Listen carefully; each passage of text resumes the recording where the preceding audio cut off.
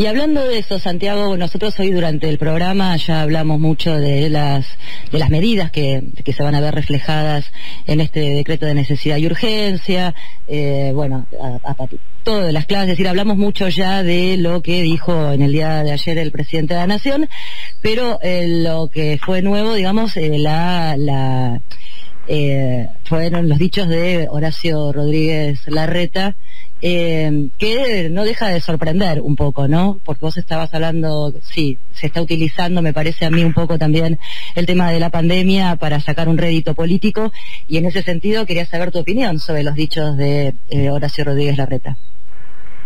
Mira, yo creo que hay lo que ha dicho Larreta en algunos pasajes de su discurso no se condicen con las imágenes, con el testimonio colectivo o hasta con el testimonio individual de muchos porteños y porteñas que tienen que acceder a una atención médica y no la están consiguiendo. Eso lo vienen diciendo y lo vienen repitiendo muchos testimonios en el último tiempo, y con lo cual eso es muy contradictorio, ¿no? A veces parecería que Rodríguez Larreta lo que estaba describiendo era, no es la realidad epidemiológica de la ciudad, no es la realidad de lo que está sucediendo en los hospitales, en las clínicas, en los centros de atención de la ciudad de Buenos Aires. La situación de la segunda ola es muy compleja y está golpeando con cifras récord en la ciudad de Buenos Aires y en la zona del AMBA fundamentalmente, ¿no? Pues la zona de Buenos Aires y la zona también, toda la zona metropolitana, toda el área metropolitana de los municipios de la provincia de Buenos Aires que integran esa área. Ahí hay un conglomerado urbano que es muy muy denso, y lo que está sucediendo es eso, es que la segunda ola está golpeando allí con mucha virulencia, y las advertencias del presidente con respecto a ya hace 3 semanas que viene advirtiendo la necesidad de generar más y más medidas, más y más controles, y sobre todo facultando permanentemente a las autoridades jurisdiccionales para que tomen las medidas. Bueno, como se ve mucha demora en esa toma de decisiones, las termina tomando el presidente. Claramente, y acá entra a jugar un poco la política, porque termina siendo casi un juego de tiempos, de a ver quién es el que toma las medidas y paga un costo político. Bueno, ¿saben qué? Tenemos un presidente que no está pensando en la próxima elección. Tenemos un presidente que no está pensando en ganar elecciones ni en posicionarse para ser el líder de la oposición. Tenemos un presidente que está pensando en salvar vidas. Totalmente. Y por eso a mí me llama mucho la atención en los dichos de Horacio Rodríguez Larreta, de este amor repentino por la educación, ¿no? Que se lo escucha decir cuando en Cava Cambiemos, ¿no? En este momento, no Larreta, pero bueno, el mismo partido que representa, bajó, por ejemplo, el presupuesto de la ciudad en educación de un 27%, como lo habían recibido, a un 17%, no generaron escuelas ni jardines nuevos, o los ponen en containers, siempre escuchamos quejar a madres y padres que no tienen vacantes en Cava, pero de repente este amor por la educación, ¿no? Es curioso. Bueno, a ver, más que esa discusión, yo creo que lo primero que hay que discutir aquí es el fundamento de las medidas que estamos tomando. Restringir la presencialidad o suspenderla en realidad por 2 semanas, ir hacia un modelo remoto de educación, que naturalmente que modifique y que naturalmente que no reemplaza, pero clases va a seguir habiendo. Los chicos y las chicas van a seguir teniendo clases, sí, serán de modo remoto con las dificultades que eso supone, pero las clases van a seguir. El punto ahí es que no es una medida desde el punto de vista educativa la que se está tomando, es una medida estrictamente sanitaria, que es para cuidar un bien superior, un bien supremo que es la vida. Entonces, cuando esto se quiere teñir de política, lo que se busca es hacer discutir a las normas o a las medidas que se toman con los pibes en las aulas o con la educación o con los docentes y las docentes, y eso no es una discusión válida. Esto es lo que quiero decir, porque nadie está discutiendo con eso. Nosotros fuimos los que durante el año pasado hicimos una inversión para que el modo remoto, la modalidad remota virtual, pueda sostenerse en el país con todas las dificultades que eso supuso. Fuimos nosotros los que imprimimos los cuadernillos para que lleguen así, donde naturalmente había muchas dificultades de conectividad. Fuimos nosotros los que avanzamos con los planes de conectividad, que seguimos invirtiendo diariamente, porque durante 4 años no se invirtió un peso en conectividad en la Argentina.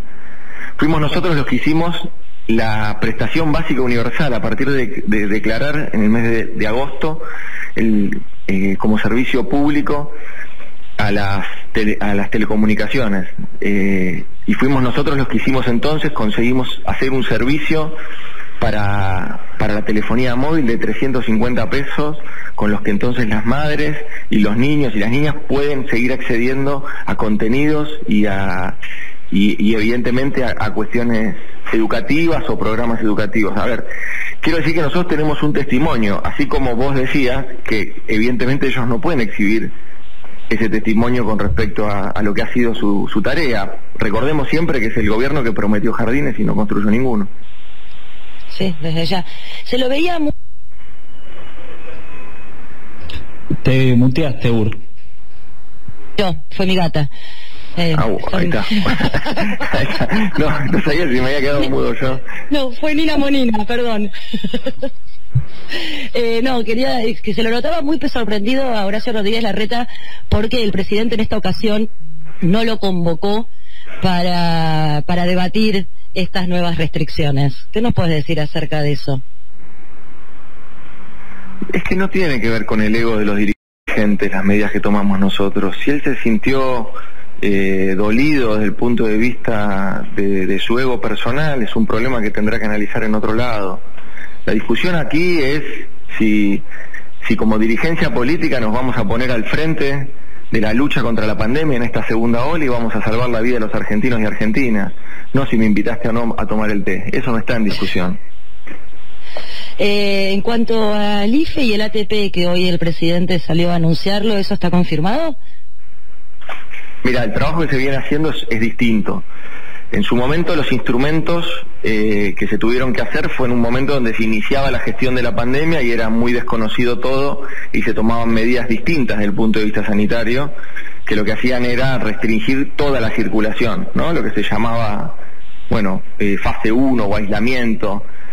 Durante todo el año pasado se fue entendiendo y comprendiendo de qué modo se puede gestionar y de qué modo se puede trabajar y de qué modo hasta incluso se puede vincular con el coronavirus, digamos, ¿no? Y eso fue haciendo que se vayan reanudando y reactivando muchos sectores productivos y actividades económicas en general.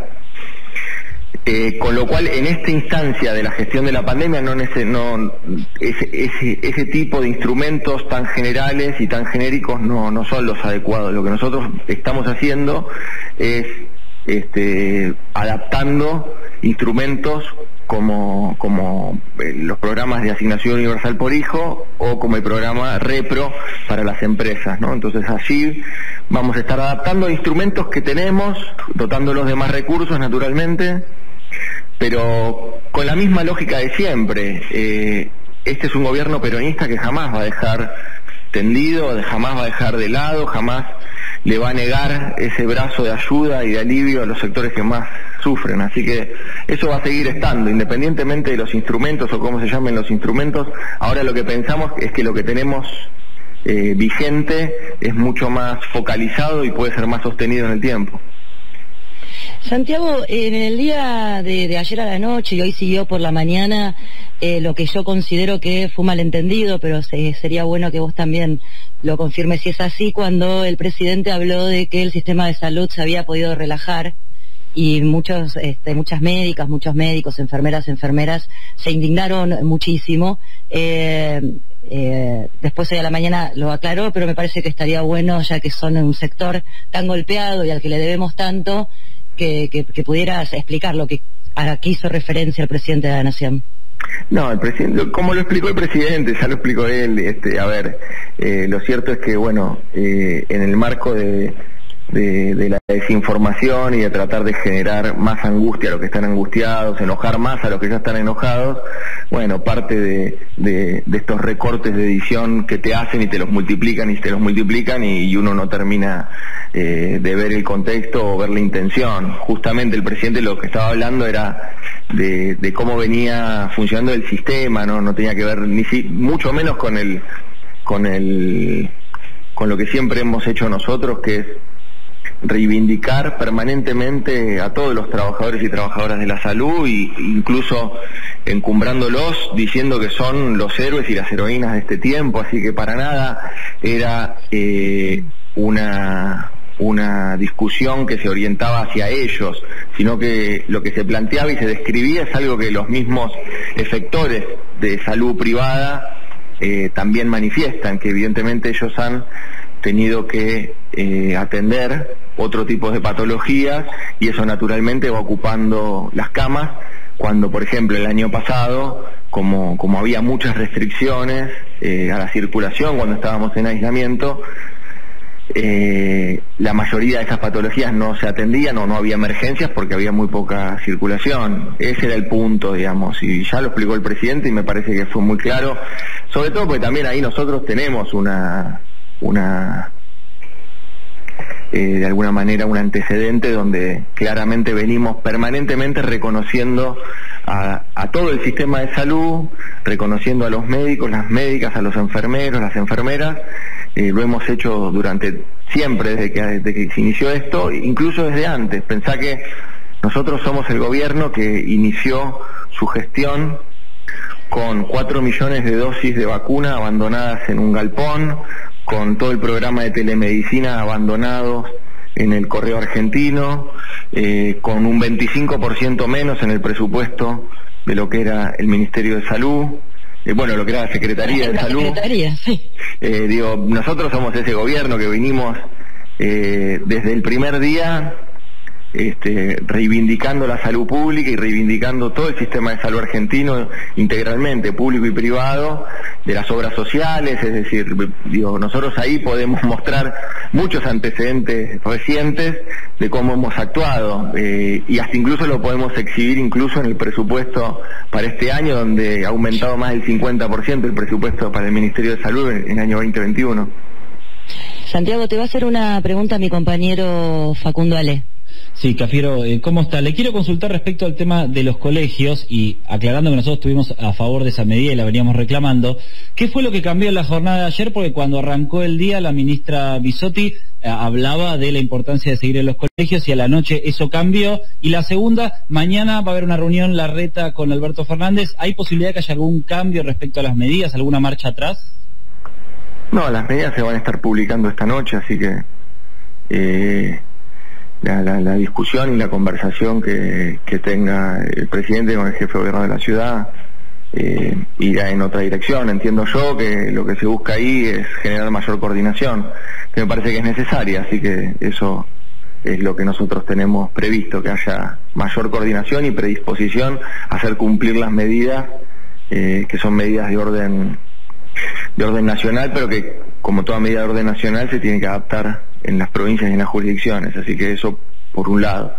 Por otro lado, Bisotti lo que siempre explicó, por ahí a veces se mezcla esto, Bisotti y también el ministro de Educación, Nicolás Trota, siempre explicaron que distinguieron básicamente toda la tarea que se había hecho en las escuelas, toda la tarea que se había hecho en los colegios privados también, a la hora de cumplir protocolos y generar protocolos. Eso es por un lado real y es cierto, y siempre se destacó. Ahora, estas medidas no tienen que ver con la escuela, el aula en sí misma como un lugar o un ámbito de foco de contagio, sino todo lo contrario. Lo que supone esta medida es bajar la cantidad de circulación, que es lo que todos los epidemiólogos y expertos estaban manifestando, que había una necesidad muy grande de bajar la circulación, porque llegamos al pico de 27.000 casos, y eso en algún momento va a sobrecargar las unidades de terapia intensiva, y con el alto riesgo de saturación del sistema de salud. Me sumo a la pregunta que te hizo Facundo y en relación a eso, hoy en algunos medios se hablaba de que se le iba a pedir la renuncia al ministro de Educación Trota, porque hasta último momento él sostenía que la presencialidad en las aulas. ¿Esto es así? No, te lo desmiento totalmente. No, eso no es así. No, Nicolás hizo una tarea durante todo el año pasado, adaptando permanentemente todas las currículas y la necesidad de la administración de lo que es la educación en un país federal, donde tiene que articular con las provincias, donde tiene que articular con la ciudad de Buenos Aires, y eso se viene haciendo, viene existiendo un desempeño ahí muy bueno de parte del ministro, así que esto no debemos nosotros, me parece, que comprarnos la idea de que si uno ha tenido una argumentación y la realidad lo cambia, sobre todo en época de pandemia, y eso tiene que ofendernos de tal modo que entonces el único camino es la renuncia. Eso no es así, nadie está así, todos tenemos un compromiso mucho más profundo con este proyecto político, con los argentinos y argentinas, con el momento histórico que nos tocó. Ninguno va a tomarse las cosas de ese modo, así que confiamos siempre en el trabajo que están haciendo todos los ministros y ministras de la Nación, los funcionarios, las funcionarias, porque con muchísimas dificultades, con las dificultades de haber encarado e iniciado un gobierno que venía de la crisis del macrismo, se sumó la crisis de la pandemia. Ese es el estado de situación, así arrancamos nosotros.